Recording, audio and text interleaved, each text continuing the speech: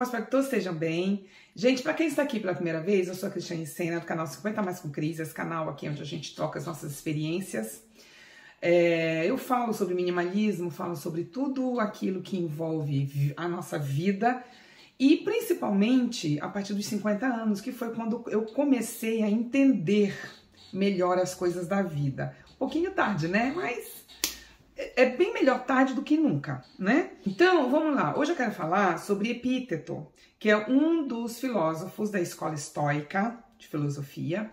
Eu já tenho um vídeo aqui falando um pouquinho, dando uma introdução sobre o estoicismo. Então, se você tem interesse sobre o estoicismo, quer entender um pouquinho melhor sobre essa coisa da gente procurar entender essa felicidade, se é possível, se não é possível a gente alcançar, fiquem até o final, tá certo? Vamos lá.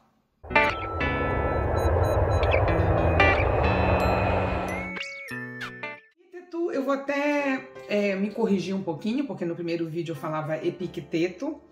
É mais o nome dele em inglês, que a gente coloca um C. Epíteto é mais a palavra certa em português, como denominá-lo. Então eu vou começar falando algumas curiosidades. Ele foi escravo, foi o único dos três que não tinha um cargo muito alto dentro de uma sociedade. Ele foi escravo depois que Nero faleceu. Ele então ganhou a sua liberdade através de um tutor e a partir daí ele passou a dar aulas sobre as suas ideias, sobre aquilo que ele viveu e qual que era a relação daquilo que ele viveu com as suas experiências, então, relacionadas ao estoicismo, à busca desta felicidade. Ele não sabia escrever, o que eu achei muito incrível, porque existe hoje um livro chamado A Arte de Viver, que eu também vou colocar aqui nas descrições. Esse livro ele é baseado nas ideias de Epíteto, ou seja, foram escritas dos seus estudantes, porque ele então não sabia escrever. E então, o que é que Epíteto foca dentro da sua ideia maior? Ele diz que nós devemos focar a nossa vida, a nossa energia, a nossa saúde, o nosso tempo com aquilo que a gente controla, com aquilo que cabe a nós resolvermos, e não com aquilo que a gente não controla.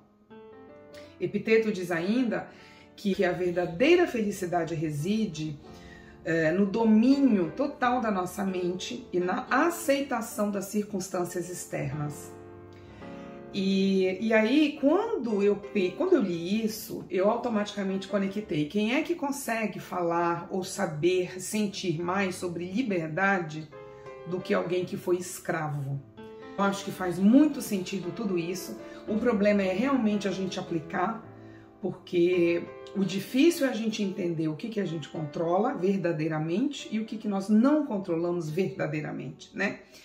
E aí, depois de ler, de estudar um pouquinho, refletir um pouquinho sobre isso, o Epíteto ele diz, dentro do livro A Arte de Viver, que algumas coisas que nós podemos controlar, que são as nossas opiniões, os nossos pensamentos, os nossos desejos, né, as nossas buscas, as nossas ações e as nossas reações. Então, isso tudo a gente consegue controlar. Não depende do externo, não depende de alguém. Agora, existem coisas que nós não podemos controlar, e quais são elas? E aí, neste sentido, tem algumas coisas, aliás, tem uma coisa só que eu achei que eu não concordo 100%. Que é o seguinte, ele diz que problemas de saúde a gente não pode controlar. Eu acho que controlar sim, mas a gente pode evitar, né? Mas, de qualquer forma, eu vou dar o crédito a ele porque ele está usando a palavra controlar. Então, a nossa saúde nós não podemos controlar, a opinião do outro, as expectativas do outro nós não podemos controlar, e a natureza. Então, quando a gente se pega, né, no momento atual que nós estamos vivendo, no ano de 2024, e a gente lê tudo isso que foi há mais de 2000 anos atrás, a gente entende que a filosofia, ela tem isso que é o de mais maravilhoso, que é a aplicabilidade. né? É a gente passar a utilizar todos esses conceitos independentemente, na nossa vida, independentemente do período que você esteja vivendo, porque eles tratam do ser humano, eles tratam das dores humanas, né? Então, para mim, epíteto ele faz muito mais sentido para que a gente consiga refletir nesta possibilidade de se chegar a uma felicidade. Ele não fala, e eu acho que fica claro, que essa ideologia não é uma ideologia de aceitação. Ah, então ok, eu não controlo o que o outro faz comigo, então eu vou ficar parada, recebendo e sendo espancada porque eu não controlo o que ele faz. Não é a passividade, né? Não é essa aceitação, mas sim você não se deixe se colocar nesta situação, você saber sair desta situação, né? Porque afinal a gente se coloca e a gente não nos coloca naquilo que a gente quer. Quem nos colocou para ter um relacionamento tóxico não foi ninguém, não é culpa de ninguém, é culpa nossa. Nós é que decidimos conviver com aquela pessoa. E se aquele relacionamento está tóxico, então cabe a nós sair. Tá certo que existe toda uma questão psicológica que eu não estou trazendo aqui, minha gente, tá? Eu tenho profundo respeito com essas pessoas que estão lidando com relacionamentos tóxicos e que realmente é difícil sair. Qualquer pessoa, por termos as nossas vulnerabilidades, que todo mundo tem, qualquer um pode cair nessa enrascada, né? Agora, o que a gente precisa entender é nos focar naquilo que realmente faz bem a nossa pessoa. É ter para a nossa vida coisas e pessoas que realmente fazem bem para a gente. E ficar atento aos sinais, né? Então, hoje em dia, a gente já vê aí muitos sinais, existem canais de psicologia falando sobre isso, instruindo a gente como passar a identificar uma pessoa que já se levanta uma bandeirinha vermelha para dizer, opa, eu não vou me juntar agora porque eu não tenho muita certeza de como que essa pessoa reage nas suas adversidades, que no fundo é isso, né?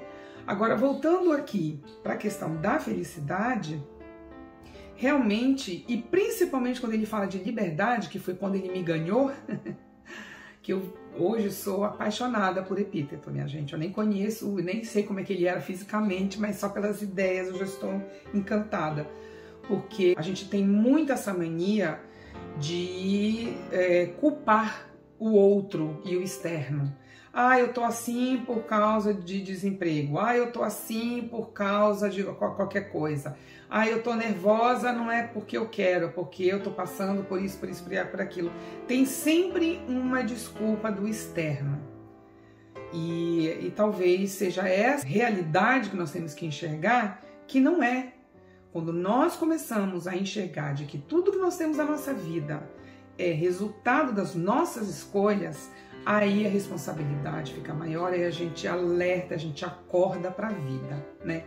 E quando a gente fala, poxa, essa pessoa, o que ela pensa de mim, se ela pensa alguma coisa ruim, já não me afeta mais, né? Porque eu entendo que eu me conheço, eu sou quem eu sou. Agora, se ela tem um conceito sobre a minha pessoa diferente daquilo que eu sou, então é o problema dela. Gente, e isso é libertador, né? Aliás, toda vez que eu for falar assim, que eu for falar, nossa, mas foi assim, uma libertação, eu vou automaticamente lembrar do epíteto. Então, eu vou finalizar falando sobre todo esse gasto de coisas que acontece com a gente quando a gente se responsabiliza por uma coisa que nós não temos como controlar, né? Então, é uma pessoa raivosa que está nos humilhando e a gente devolve, e a gente entra naquele embate e o coração passa a palpitar e a gente passa a ter um suador e a gente começa a passar mal e depois disso começa a dar dor de cabeça. E dependendo de como for aquilo, a gente se deu conta que nós ficamos 15 minutos, meia hora, uma manhã inteira brigando com uma pessoa, sendo que a gente podia ter utilizado esse tempo para uma outra coisa. né? Então, assim, esse desgaste energético físico, né? O gasto do seu tempo.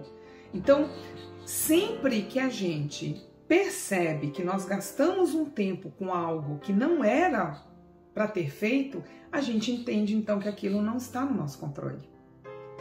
E quanto mais a gente pratica isso, porque tudo na vida é prática, né? O ser humano, ele não nasceu sabendo disso. A gente vai crescendo, a gente nasce bebezinho, nós vamos entendendo sobre as coisas, então nós temos que praticar.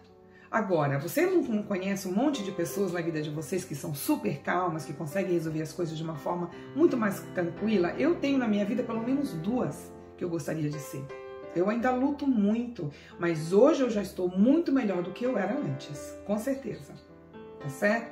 Então é isso, minha gente. Se vocês quiserem colocar aí, fazer qualquer comentário, tá? Se tiver alguém aí que entenda muito mais de epíteto do que eu tenho certeza que deve ter, coloquem aí as suas opiniões e a gente se inscreva no canal, me siga no Instagram e a gente se vê no próximo vídeo.